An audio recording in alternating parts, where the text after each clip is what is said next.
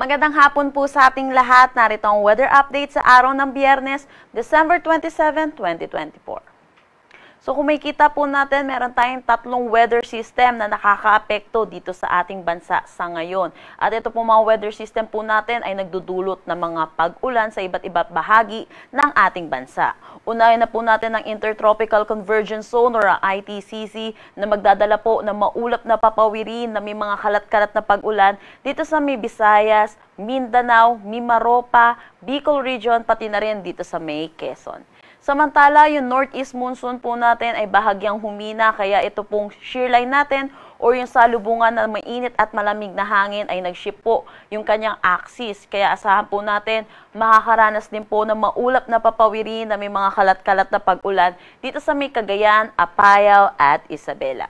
Samantala, yung northeast monsoon po natin ay asahan din po natin magdadala rin po ng mga pag-ulan dito sa may Batanes at Babuyan Islands. For Metro Manila, nalalabing bahagi ng ating bansa, asahan po natin. Makakaranas naman tayo ng bahagya hanggang sa maulap na papawirin na mataas ang tsansa ng mga localized thunderstorm pagdating sa hapon at sa gabi. Sa ngayon, wala naman tayong minomonitor na anumang bagyo or low pressure area sa loob at labas ng ating Philippine Area of Responsibility. Para naman sa magiging panahon natin bukas, asahan pa rin po natin, makakaranas pa rin po tayo dito sa malaking bahagi ng Luzon ng bahagya hanggang sa maulap na papawirin na may mga isolated rain showers or mga isolated light rains. At patuloy po makakaapekto itong Intertropical Convergence Zone po natin dito sa may Bicol Region, kaya asahan pa rin po natin ang mga pag-ulan. Agwat ng temperatura for Metro Manila, 25 to 31 degrees Celsius, Lawag 23 to 31 degrees Celsius, Tugigaraw 23 to 28 degrees Celsius. For Baguio, asahan natin yung 17 to 24 degrees Celsius, Tagaytay 22 to 28 degrees Celsius, at Legazpi 24 to 29 degrees Celsius. Para naman dito sa Palawan, Visayas at Mindanao, kung makikita po natin, malaking bahagi pa rin po ang makakaranas po ng maulap na papawirin na may mga pag-ulan. Dulot po ito ng Intertropical Convergence Zone or ng ITCZ. Agwat ng temperatura for Calayan Islands at Puerto Princesa, 25 to 30 degrees Celsius. Dito naman sa Zamboanga, 25 to 31 degrees Celsius. Gayon din dito sa May Cebu. Asahan naman po natin for Tacloban at Davao, 24 to 31 degrees Celsius. Dito naman po sa Iloilo, 25 to 31 degrees Celsius. At gayon din dito sa May Cagayan de Oro. Meron tayong nilabas na weather advisory kaninang 5 p.m. Dulot po ito ng shear line at ng Intertropical Convergence Zone. So ito pong orange po natin ay makakaranas po sila ng heavy to intense na mga pag-ulan. Yung yellow naman po natin, moderate to heavy na mga pag-ulan. Para naman po sa susunod na araw, Sunday po natin, asahan po natin makakaranas pa rin po malaking bahagi ng eastern section ng ating bansa. Kasama na ang Palawan na moderate to heavy na mga pag-ulan. Kung maalala din po natin, tuloy-tuloy din po ang mga pag-ulan dito po sa mga nasabi po nating areas.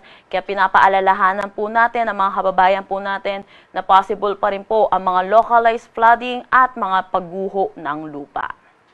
Para naman po Monday ay asahan po natin bahagya na pong hihina ang epekto ng Intertropical Convergence Zone at ng ITCZ, kaya onting bahagi na lang po ng ating bansa ang makakaranas ng moderate to heavy na mga pag-ulan. Meron na tayong gale warning at ito po ay nakataas dito sa coastal waters ng Batanes, Babuyan Islands, northern coast ng mainland Cagayan, Ilocos Norte at Ilocos Sur. Kaya pinapaalalahanan po natin ating mga kababayan na delikado po pumalaot sa mga nasabing seaboards po natin.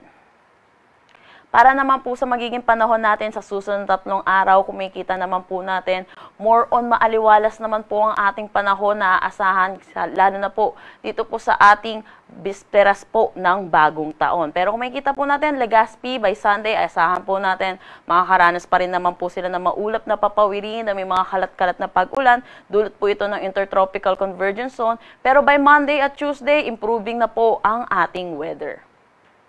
For Metro Manila, agwat ng temperatura 23 to 31 degrees Celsius, Baguio City 16 to 24 degrees Celsius, at Legazpi 24 to 32 degrees Celsius.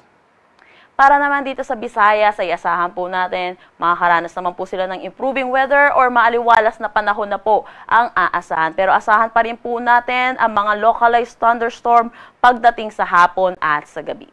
Agwat ng temperatura for Metro Cebu, 25 to 32 degrees Celsius. Iloilo City, 25 to 32 degrees Celsius. At Tacloban City, 25 to 32 degrees Celsius.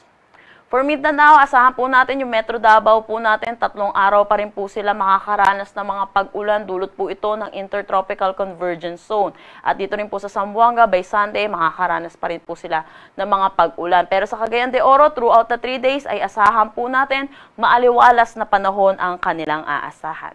For Metro Davao, agad ang temperatura 24 to 32 degrees Celsius, Cagayan de Oro 25 to 32 degrees Celsius, at Zamboanga City 25 to 33 degrees Celsius. Ang sunset mamaya ay 5:35 p.m. at ang sunrise bukas ay 6:19 a.m. Para sa karagdagang impormasyon, bisitahin ang aming mga social media pages at ang aming website pag-asa.dost.gov.ph. At yan po muna ang latest dito sa Pag-asa Weather Forecasting Center. Shenel Dominguez po at magandang hapon.